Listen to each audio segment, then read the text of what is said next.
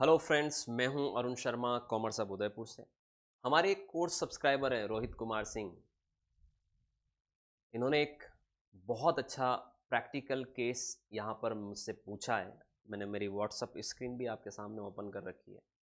और बहुत अच्छा सवाल इसलिए मैं कह रहा हूँ, ये केस बहुत अच्छा, क्योंकि बेसिकली क्या होता है, भारत में जितने भी व्यापारी हैं जो व्यापार कर रहे हैं, गुड्स का व्यापार कर रहे हैं, वो कहीं ना कहीं अपने बिजनेस में फ्रेट चुकाते हैं या कस्टमर से फ्रेट चार्जेस वसूलते हैं। तो कई बार उनको नहीं समझ में आता है कि हम जो वसूल रहे हैं वो फ्रेट को हम अपनी बुक्स में कैसे चढ़ाएं, उसके जीएसटी की जो कंप्लायंस है उसको कैसे ध्यान में रखें, जो फ्रेट हम चुका रहे हैं उसका हमें कहाँ क्या ध्यान रखना है, कहाँ फॉरवर्ड चार्ज है, कहाँ रिवर्स चार्ज है। तो जो प्रैक्टिकल केसेस हैं, बहुत अच्छे सवाल यहाँ पर रोहित ने पूछे हैं। चारों केसेस पर आज मैं यहाँ पर डिस्कस करने वाला हूँ आपके साथ। तो चलिए बिना देरी किए हम एक एक करके ये जो केसेस हैं उन पर डिस्कस करते हैं और उनके रेमेडियल एक्शन को यहाँ पर डिस्कस करते हैं। अगर आप ये चैनल पर नए हैं तो ज़रूर आप सब्सक्राइब कर लें सबसे पहले, क्योंकि इस तरीके के जो इंटरेक्टिव जो लेक्चर्स होते हैं वो आपको टाइम टू टाइम मिलते रहेंगे चैनल पर। चलिए पहला केस है जो रोहित ने मुझसे पूछा है। यहाँ पर रोहित ने पूछा है कि हमारे पास एक कंपनी है जो कुछ गुड्स सेल करती है। देखिए पहला केस सेल से जुड़ा हुआ है, मतलब आप समझिए, सेल मतलब आपकी आउटवर्ड सप्लाई। ओके, कुछ पार्टी से आप फ्रेट चार्जेस लेते हो जीएसटी के साथ, जो गुड्स का बिल होता है उसमें 18% फ्रेट चार्जेस ले लेते हो। ओके, इनवॉइस में आप ये बिल जोड़ देते हो, कुरियर का या ट्रांसपोर्ट का ये बिल जोड़ देते हो और आप गुड्स को कुरियर या ट्रांसपोर्टर के जरिए भेज देते हो। ओके, अब आपका जो सवाल है, मैं जहाँ तक समझ पा रहा हूँ वो ये समझ पा रहा हूँ कि मान लो आप उदयपुर से हैं और जयपुर की किसी पार्टी को आपने गुड्स भेजा, और जो आपने ट्रांसपोर्टर या कुरियर के जरिए वो गुड्स भेजा और उन्होंने जो चार्जेस आपको बताए वो आपने बिल में जोड़ दिए, राइट। अब आपने अपने सेल बिल में वो चार्जेस फ्रेट के जोड़ दिए और आप वो कस्टमर से ही फ्रेट चार्जेस ले रहे हो। तो इसका रेमेडियल एक्शन क्या होगा, चलिए इस पे डिस्कस करते हैं। This is case number 1। Case wise freight charges बहुत कॉमन टॉपिक है। हर बिजनेस में ये टॉपिक बहुत ज़्यादा एक अकाउंटेंट को परेशान करता है या एक टैक्स प्रैक्टिशनर को परेशान करता है। सो इसलिए आप ध्यान से देखिएगा और समझिएगा इस कॉन्सेप्ट को। अगर आप सेल बिल में फ्रेट को ऐड कर देते हो और वो फ्रेट आप कस्टमर से चार्ज करते हो, मान लो यहाँ पर बता रखा है 18%, तो पहला आपको ये समझना पड़ेगा कि 18% क्यों लिया, क्योंकि ये कंपोजिट सप्लाई का एग्जाम्पल है। What is composite supply? जब आप कोई गुड्स भेज रहे हो तो देखिए, प्राइमरी या प्रिंसिपल सप्लाई तो आपकी वो गुड्स है ना, जो मुख्य सप्लाई आपने गुड्स भेजा, राइट। अब उस बिल में आपने फ्रेट भी जोड़ दिया सब, तो फ्रेट आपकी एक तरह से सब या को सप्लाई हो गई। तो जब आप कोई मुख्य सप्लाई कर रहे हो जिसके साथ आप कोई एडिशनल चार्जेस, कोई इंसिडेंटल चार्जेस आप बिल में ही साथ में ऐड कर रहे हो, तो प्रिंसिपल सप्लाई पर जो जीएसटी की रेट होगी उसी रेट से आपको वो एडिशनल चार्जेस पे जीएसटी जोड़ना है। तो माना कि गुड्स के ऊपर जीएसटी की रेट 18% है, तो आपका फिर फ्रेट भी आप 18% जोड़कर ही बिल बनाओगे। बिल कुछ इस तरीके से बनाओगे, जैसे ये टैक्स इनवॉइस का मैंने एग्जांपल बता रखा है कि आप एक रजिस्टर्ड पार्टी है तो आप सामने वाली पार्टी को ऐसे बिल बनाओगे जहां पर आपने मत बता दिया कि भाई 10,000 का गुड्स है, 18, मान लो फ्रेट का 1,000 रुपये एक्स्ट्रा ले रहे हो, तो आपकी जो टैक्सेबल वैल्यू वो 11,000 की आ गई। 11,000 पर आपका 18% आप जीएसटी जोड़ दोगे, क्योंकि ये जीएसटी उस गुड्स की रेट है। मान लो 18%, सपोज लैपटॉप भेजा आपने तो 18%। ऐसे केस में 11,000 का 18% यहाँ पर आपका टैक्स बनने वाला है। ओके, तो यहाँ पर मान लो 1,980 रुपये टैक्स बना, तो आपकी इनवॉइस टोटल बनेगी 12,980 रुपये से।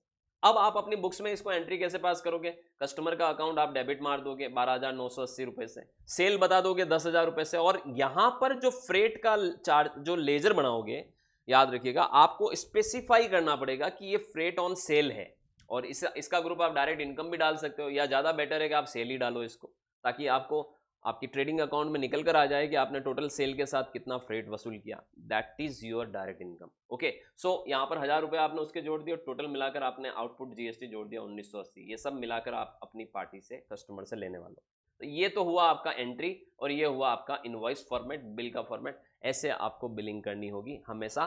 दिस फ्रेट जो कि आपने सेल के साथ वसूला है, जो आप एक तरह से अपने क्लाइंट से लेने वाले हो, ये आपकी कंपोजिट सप्लाई का एग्जांपल है, सेल वैल्यू में ही जुड़ने वाला है। ऑलराइट, चलिए दूसरा केस डिस्कस करते हैं।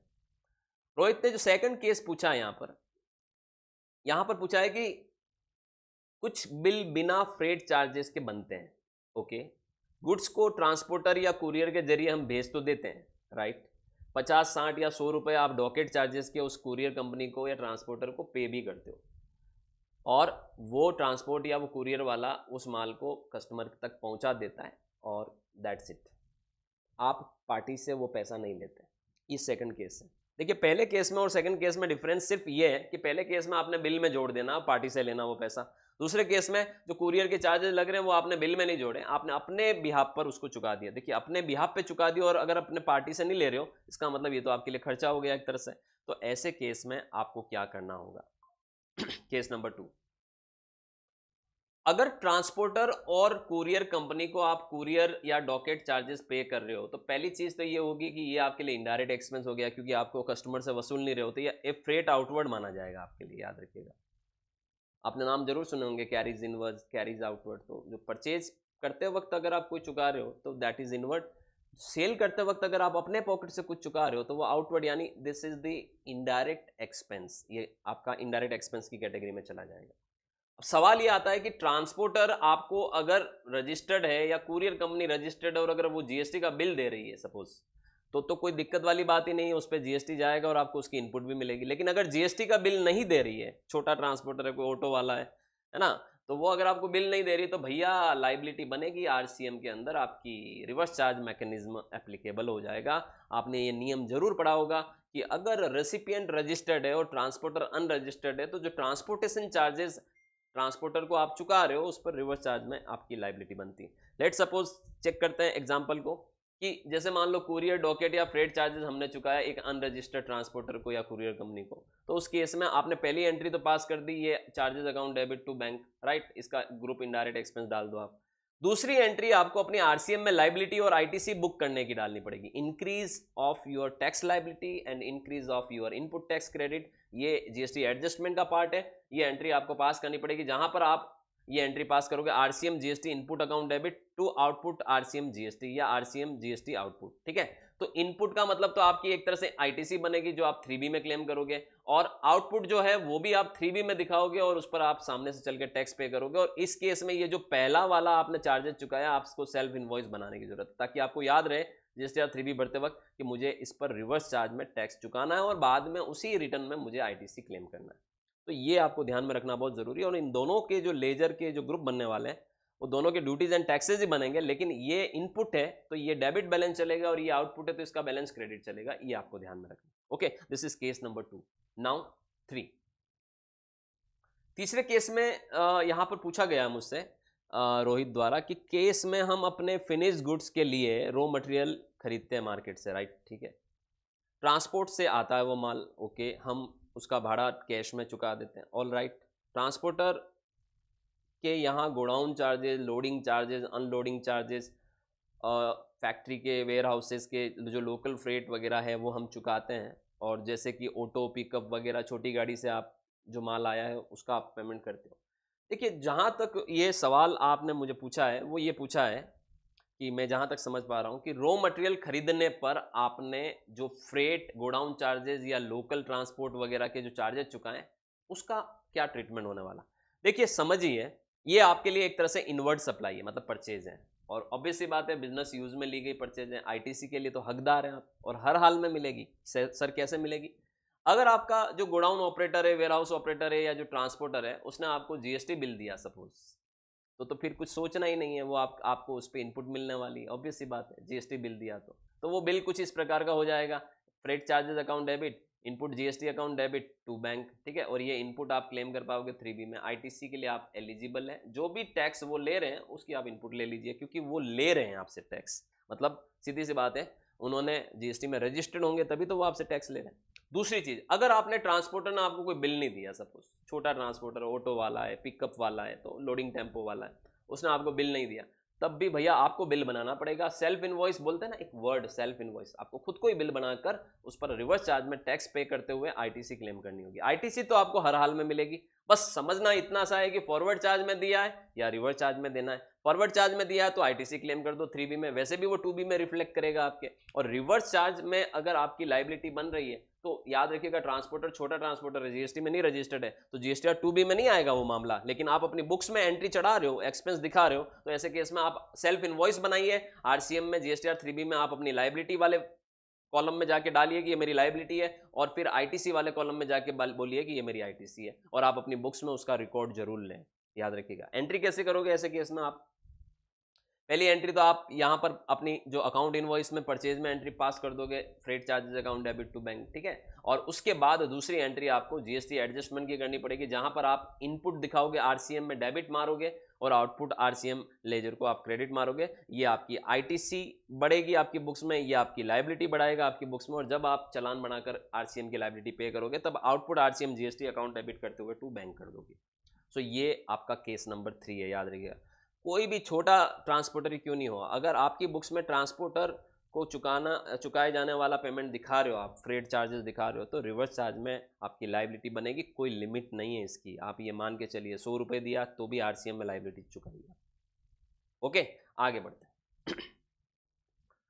चौथा जो केस है उसमें इन्होंने पूछा है कि हम अपने गुड्स को प्रोडक्शन के बाद क्वालिटी टेस्टिंग या किसी स्पेशल वर्क पर्पस से किसी के यहाँ भेजते हैं, ओके, और फिर वापस अपने यहाँ मंगवा लेते हैं, ठीक है, मतलब भेजा और मंगवा लिया, फिर आप जाके कस्टमर को सेल करते हो, इसे कहते हैं भैया जॉब वर्क, ओके। उसमें लगने वाला फ्रेट चार्जेस। अब आप समझिए, यहाँ पर आपने बड़ा अच्छा सवाल किया है कि कई सारे बिजनेस में जो गुड्स होते हैं और जो कैपिटल गुड्स होते हैं वो किसी पर्पज से आप किसी थर्ड पार्टी के यहाँ पर पहले भेजते हो। जैसे इन्होंने बोला क्वालिटी टेस्टिंग के लिए भेजा जा रहा है साहब, वहाँ से क्वालिटी टेस्ट होकर वापस आपके पास वो गुड्स आ रहा है, और गुड्स आने के बाद आप उसको कस्टमर को सेल कर रहे हो, तो it is called job work. ये सप्लाई नहीं होती है। ये जो मूवमेंट हुआ ना, जहाँ पार्टी ने, सप्लायर ने जॉब वर्कर के यहाँ भेजा, फिर जॉब वर्कर ने वापस सप्लायर के यहाँ भेज दिया, ये सप्लाई नहीं मानी जाती। इस केस में ऑब्वियस सी बात है ई वे बिल की भी एप्लीकेबिलिटी होगी। इस केस में आपको डिलीवरी चालान बनाकर ई वे बिल बनाना होगा, क्योंकि गुड्स तो मूवमेंट कर रहे हो। तो ई वे बिल का जो संबंध है वो सप्लाई से नहीं है, ई वे बिल का संबंध है गुड्स के मूवमेंट से। अगर आपकी गुड्स की वैल्यू ई वे बिल में प्रिस्क्राइब्ड लिमिट से ज़्यादा है तो फिर आपको ई वे बिल बनाना होगा। और ई वे बिल कभी भी स्वतंत्र डॉक्यूमेंट नहीं है, मतलब इंडिपेंडेंट डॉक्यूमेंट नहीं है। ई वे बिल हमेशा किसी न किसी डॉक्यूमेंट के अगेंस्ट में बनता है। तो ऐसे केस में आप टैक्स इनवॉइस या बिल ऑफ सप्लाई तो बना नहीं रहे हो, तो ऐसे केस में आपको डिलीवरी चालान पहले बनाना होगा, उसके बाद ई वे बिल बनाना होगा, और गुड्स को भेजना है और मंगवाते वक्त भी आपको करना होगा। अब सवाल आपका जो है वो ये है कि आपने जॉब वर्कर के पास भेजा और वापस मंगवाया, और इस पर आपने फ्रेट चार्जेस चुकाए, तो ये जो फ्रेट चार्जेस है इसका आप एक अलग से लेजर बना लो, जॉब वर्क रिलेटेड फ्रेट, मतलब job work freight charges account debit. और अगर सामने वाले ट्रांसपोर्टर ने आपको जीएसटी का बिल दिया है तो आप बकायदा उसकी इनपुट ले सकते हो। आरसीएम में ये मामला आपका आएगा नहीं, क्योंकि ये जॉब, आप एक तरह से इसको जॉब चार्जेस बता सकते हो, या जॉब वर्क बता सकते हो, या जॉब वर्कर को पेमेंट बता सकते हो आप। तो उस केस में वो रिवर्स चार्ज में या नोटिफाइड सर्विस नहीं मानी जाती। तो ऐसे केस में अगर सामने वाले ने आपसे टैक्स लिया है, बिल दिया है आपको उस ट्रांसपोर्टेशन का, तो आप आईटीसी में चले जाओ। नहीं दिया है तो फिर आप उसको जॉब वर्क सर्विस एक्सपेंस या जॉब वर्क एक्सपेंस करके, या जॉब वर्कर सर्विस का लेजर बना के इनडायरेक्ट एक्सपेंस बताते हुए उसको खर्चा बताकर आप पास आउट कर सकते हो। मेरा ये जो चारों केस है उसमें यही सजेशन है कि अगर आपके बिजनेस में इस सब सारी तरीके की चीज़ें होती रहती है तो आपको सबके लिए सेपरेट लेजर बनाने की जरूरत है। कुछ लेजर मैंने यहाँ पर आपके इस पूरे केसेस में निकाल के दिए हैं कि जैसे रॉ मटेरियल जब आप खरीद के ला रहे हो और आप उस पर फ्रेट चुका रहे हो तो आप उसका ये लेजर बना लो, इसका ग्रुप आप डायरेक्ट एक्सपेंस डाल दो, राइट। और जीएसटी इस पे देना नहीं देना वो तय करेगा कि टैक्स इनवॉइस है या नहीं है। अगर टैक्स इनवॉइस है तो ऑब्वियस सी बात है आपको इनपुट मिल जाएगी, जीएसटी सामने वाला फॉरवर्ड चार्ज में आपसे ले लेगा, अदरवाइज आरसीएम में आपकी लायबिलिटी बन जाएगी। ओके, दूसरा है फ्रेट आउटवर्ड कुरियर के जो चार्जेस हैं वो आप याद रखिएगा। सामने वाला आपको बिल दे रहा है तब आपकी ऑब्वियस सी बात है इस केस में आपको इनपुट मिल जाने वाली है अगर आपने जीएसटी चुकाया तो, अदरवाइज आपको रिवर्स चार्ज में देना पड़ सकता है। तीसरा यहाँ पर जॉब वर्क का बता रखा है, तो मैंने आपको इसका रेमेडियल एक्शन बताया कि बिल मिल रहा है तो आईटीसी ले लो, नहीं मिल रहा है तो आप इसको जॉब चार्जेस बताकर आप इसकी एक्सपेंस की एंट्री बुक पास कर लो। चौथा है एक्सपेंस लोकल ऑटो वाले आपको कभी बिल नहीं देते, लेकिन आरसीएम में इसकी लायबिलिटी हमेशा बनेगी, सेल्फ इनवॉइस बनाना है और आपको आईटीसी क्लेम करना है। अदरवाइज आप फ्रेट चार्जेस के नाम के या ट्रांसपोर्टेशन चार्जेस के नाम से या जीटीएस सर्विस के नाम से या कैरीज कार्टेज इस तरीके के वर्ड अपनी बुक्स में नहीं दिखा पाओगे, क्योंकि जब ऑडिट कराओगे अपनी बुक्स की तो उसमें आप पकड़े जाओगे। ओके, और रिवर्स चार्ज में आप आउटपुट का लेजर अलग बनाइए, रिवर्स चार्ज में इनपुट का लेजर अलग बनाइए, ताकि आपको क्लियर एंड कट आपकी बुक से ही पता चले कि आपकी किस महीने में कितनी आरसीएम में लायबिलिटी चुकानी है, कितनी इनपुट क्लेम करनी है। 3B भरते वक्त आप अपनी बुक्स को देखते हुए वहाँ पर 3B बढ़ सकते हैं और बाद में अपने जो जीएसटी रिटर्न्स हैं उनको बुक्स के साथ रिकंसाइल करने में भी आसानी रहती है। सो ये बहुत अच्छे सवाल थे, इसीलिए मैंने इसका वीडियो बनाना उचित समझा। तो ये आई होप आपके चारों जो सवाल आपने पूछे उसके आंसर इस वीडियो से आपको मिले होंगे। Thank you so much. इस तरीके के इंटरैक्टिव जो क्वेश्चंस हैं वो हमें भी बहुत अच्छे लगते हैं और आप बने रहिए इस चैनल के साथ और जल्दी से जल्दी कोर्स परचेज करिए ताकि आपकी भी कोई क्वेरी हो तो उसका सॉल्यूशन इस तरीके से आपको मिल सके। Thank you so much.